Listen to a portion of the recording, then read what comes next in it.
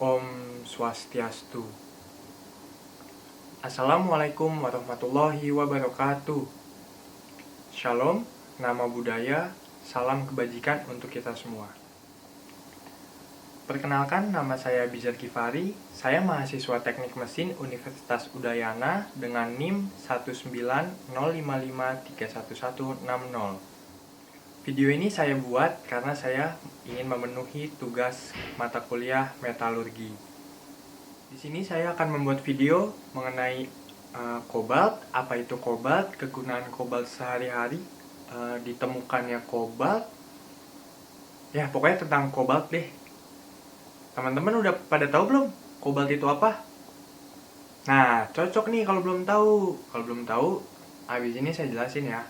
Kobalt itu adalah suatu unsur kimia dalam tabel periodik yang lambangnya itu CO dan nomor atomnya 27. Nah, teman-teman udah pada tahu nggak sih kobalt itu ditemukan di mana? Terus ditemuinnya sama siapa? Nah, jadi kobalt sebenarnya ditemukan pada abad 20. Namun, biji kobaltnya sudah ditemukan ribuan tahun lalu. Nah, biasanya kobalt ini digunakan untuk perwarna biru pada gelas atau perkakas dapur lainnya. Nah, sebelum kita lanjut ke bagaimana cara menemukan kobalt, kita ada sejarah dulu nih guys. Nah, kobalt itu ditemukan pada tahun 1735 oleh seorang ahli kimia dan ahli mineral Swedia bernama George Brandt. Dia adalah orang yang pertama yang menemukan logam yang tidak diketahui pada zaman kuno. Nah, Brandt ini lahir di Riederheitan, terus dari pasangan Jurgen Brandt, pemilik tambang dan apoteker. Dia adalah profesor kimia guys yang terkenal. Jadi itu sedikit tentang kobalt sejarahnya. Nah, teman-teman, proses mendapatkan kobalt sebenarnya sangat mudah. Kenapa saya bilang mudah? Karena kobalt itu dihasilkan dari hasil pertambangan. Tapi dia bukan hasil utama pertambangannya ya. Misalnya, penambang sedang menambang nikel, perak, timbal, tembaga, atau biji besi. Nah, ditemukan di situ ada kobalt. Jadi, kobalt itu hasil sampingan. Nah, kobalt juga bisa didapat dari meteorit. Meteorit itu yang nah, gitu teman-teman. Nah, terus kobalt juga terdapat dalam mineral kobaltit, smaltit, dan eritrit. Jadi teman-teman udah tahu ya, kobalt itu dari mana asalnya. Nah, untuk teman-teman, penggunaan kobalt itu dalam kehidupan sehari-hari sangat banyak. Saya ambil contoh. Kobalt itu bisa digunakan pada mesin pesawat karena kobalt itu dia tahan korosi, jadi tidak berkarat. Terus, kobalt juga banyak digunakan pada baterai dan electroplating. Jadi, misalnya bisa baterai handphone kamu, baterai mungkin jam tangan, baterai ya macam-macam baterai lah. Pokoknya di situ ada kobalt ya. Nah, terus garam kobalt juga bisa digunakan untuk membuat warna biru dan hijau pada kaca dan keramik. Jadi misalnya ada gelas kaca berwarna agak kebiru-biruan, nah itu kebiru-biruannya itu garam kobalt. Terus misalnya ada keramik yang berwarna kehijau-hijauan, pokoknya ya dia bisa di situ ada garam kobalt berarti. Terus radioaktif kobalt juga digunakan dalam pengobatan kanker. Jadi teman-teman kalau misalnya di rumah sakit ada pasien kanker atau mungkin pokoknya ada pasien kanker, itu pakai kobalt biasanya untuk radioaktifnya. Nah, kobalt juga sangat penting bagi banyak makhluk hidup karena kobalt itu mengandung vitamin B12. Vitamin B12 juga banyak ada terkandung dalam mungkin minyak ikan atau di suplemen-suplemen vitamin lainnya yang bisa kalian dapetin. Terus kobalt juga digunakan dalam magnet permanen samarium kobalt. Kobalt juga digunakan pada pick up gitar dan motor kecepatan tinggi. Jadi banyak kan kegunaan kobalt. Teman-teman udah pada tahu ya apa aja kobalt tuh buat digunakan apa aja dalam kehidupan sehari-hari. Mungkin yang sangat dekat tadi contohnya pada baterai. Nah, sekarang saya ingin menjelaskan sifat-sifat kobalt. Banyak nih yang bertanya, apa sih sifat kobalt itu? Emang kobalt punya sifat ya? Emang kobalt kayak manusia punya sifat? Nah, ternyata dia punya sifat, guys. Nah, yang pertama sifatnya itu dia adalah golongan 8B atau logam transisi. Logam transisi itu apa sih? Nah, saya bacain ya, saya juga baca nih. Logam transisi adalah kelompok unsur kimia yang berada pada golongan 3 sampai 12, yaitu 1B sampai 8B pada sistem lama. Kelompok ini terdiri dari 38 unsur. Nah, ternyata logam transisi itu punya dua pengertian. Yang pertama, mendefinisikan logam transisi sebagai sebuah unsur yang mempunyai subkulit D yang tidak terisi penuh atau dapat membentuk kation dengan subkulit D yang tidak terisi penuh.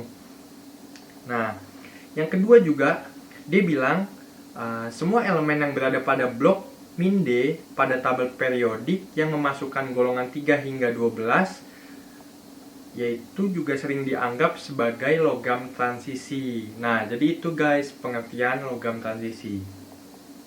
Balik ke sifat kobalt yang fisika. Yang kedua warnanya itu putih kebiru-biruan. Jadi kobalt itu warnanya putih kebiru-biruan, bukan hitam, bukan coklat, tapi nanti ada saatnya dia berwarna merah. Nanti saya jelaskan di bagian di bagian sifat kimianya. Nah, massa atomnya itu 58,9332. Bentuknya itu padat ya. Padat, bukan cair, bukan juga gas. Nah, titik leburnya ada di 1495 derajat Celcius atau setara dengan 1768 Kelvin. Nah, titik didihnya itu di 2930 derajat Celcius atau setara dengan 3203 Kelvin. Kenapa Kak bisa Celcius beda dengan Kelvin? Mungkin itu sudah jelas ya. Kalau dari Celcius ke Kelvin itu ditambah 273. Nah, elektronnya kobalt ini mempunyai 27 elektron. Protonnya juga 27. Terus neutronnya ada 32. Neutron ini dia yang akan menandai atau memberitahu berapa kulit elektronnya.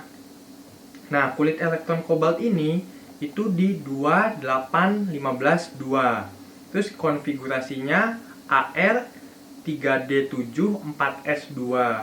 Nah, massa jenisnya dia juga di 8,9 gram centimeter kubik.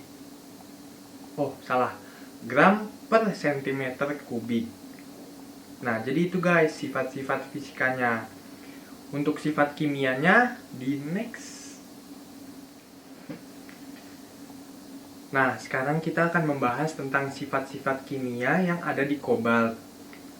Yang pertama, dia bereaksi lambat dengan asam encer menghasilkan ion dengan bilox. Bam. Maaf ya, yang tadi ada sedikit gangguan teknis, ngeblur nih kameranya. Nah, jadi saya lanjutin ya. Sifat kimia dari kobalt itu yang pertama dia bereaksi lambat dengan asam encer menghasilkan ion dengan bilox plus 2. Nah, yang kedua, pelarutan dalam asam nitrat disertai dengan pembentukan nitrogen oksida, itu reaksinya adalah CO plus 2H sama dengan CO2 plus H2. Nah, jadi reaksi yang terjadi pada saat pembentukan nitrogen oksida yaitu CO plus 2H sama dengan CO2 plus H2. Nah, udah gitu, yang ketiga itu dia kurang reaktif. Nah, yang keempat, kobalt ini dapat membentuk senyawa kompleks. Nah, yang kelima, senyawanya umumnya berwarna. Yang keenam, dia dalam larutan air terdapat sebagai ion CO2 plus yang berwarna merah. Jadi selain dia tadi berwarna kehijauan, selain berwarna biru, kobalt ini juga dapat berwarna merah. Terus selanjutnya kobalt ini bereaksi dengan hidrogen sulfida. Nah, jika ia bereaksi dengan hidrogen sulfida, kobalt ini akan membentuk endapan hitam. Nah, selanjutnya sudah sangat jelas kobalt ini tahan korosi, sehingga dia dapat digunakan sebagai bahan baku mesin pesawat. Nah, mungkin segitu aja guys penjelasan kobalt dari saya. Kalau ada kekurangan, mohon dimaafkan karena yang sempurna hanya milik Tuhan semesta alam. Oh ya, jangan lupa like, comment, and subscribe. Terima kasih. Wassalamualaikum warahmatullahi wabarakatuh. Om Santi Santi Santi Om. Shalom, nama budaya, salam kebajikan untuk kita semua.